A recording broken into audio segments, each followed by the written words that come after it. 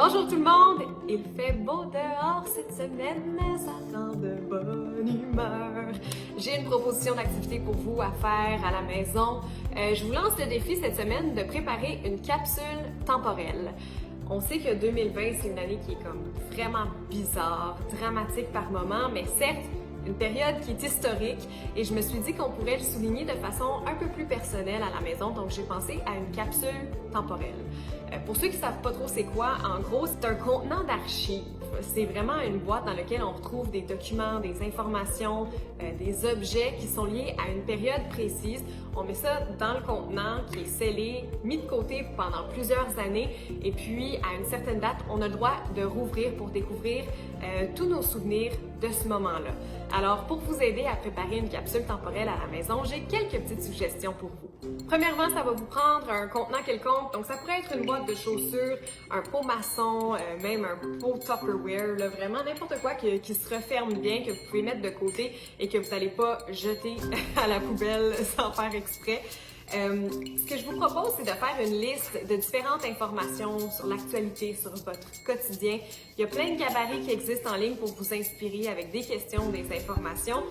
Moi, j'en ai fait une avec des informations peut-être plus générales comme la population mondiale, même le prix de certains trucs. Je trouve que c'est toujours intéressant de voir comment le prix a fluctué, par exemple pour l'essence, pour votre litre de lait.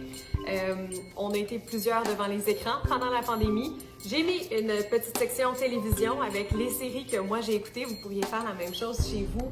Les différentes tendances qu'on a vues, faire du pain maison, faire du jardinage, les vêtements mous.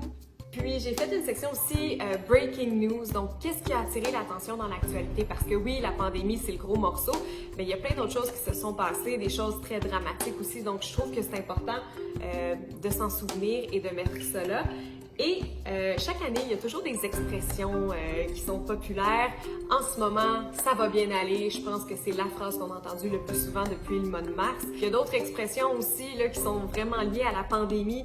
Par exemple, déconfinement, un mot qu'on connaissait pas vraiment, qui a fait son entrée dans la langue française. Ou si vous avez suivi les points de presse au Québec. Reduce the stress. Le ministre Legault, lorsqu'il parlait de stress, il a dit « Sometimes a glass of wine may help. » Alors, c'est sur ma liste de citations préférées cette année. Je me suis fait une section un petit peu plus personnelle, donc mon journal avec des informations par rapport à moi, donc mon âge. Si vous avez des enfants, ça pourrait être aussi leur grandeur à ce moment-là. J'ai mis ma chanson préférée en ce moment, ce qui m'a manqué le plus pendant le confinement, ou même mes activités préférées.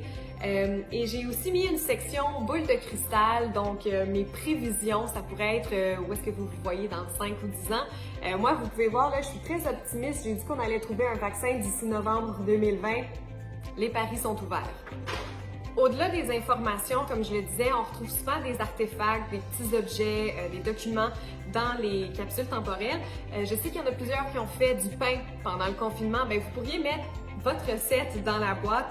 Pour ma part, moi, j'ai mangé beaucoup de popcorn, donc j'ai découpé un bout de mon sac, un bout d'un de mes sacs, là, je devrais dire. Sinon, j'ai bu du café que j'ai commandé à la maison, donc j'ai pris une étiquette de ce café que j'aime beaucoup. J'ai même mis un entraînement que je faisais à la maison. Simplement un petit souvenir de ce qui se passait. Je sais qu'il y a plusieurs photographes professionnels qui ont offert leur service aux gens pour prendre des photos d'eux devant leur maison comme souvenir du confinement. Donc, vous pourriez imprimer cette photo-là puis la mettre dans votre boîte. Vous pourriez aussi demander, si vous ne l'avez pas fait, à quelqu'un de prendre une photo.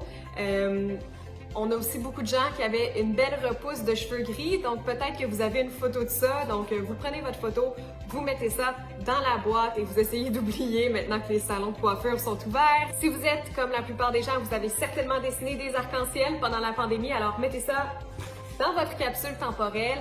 Vous pourriez aussi mettre vos désinfectants à main, là, vos bouteilles vides ou même vos masques à usage unique plutôt que de les jeter aux poubelles. Vous pouvez les mettre dans la boîte. Si vous êtes paranoïaque puis vous pensez que le virus va rester dans votre boîte puis quand vous allez l'ouvrir, ça va être dramatique, mettez-le donc dans un petit sac Ziploc.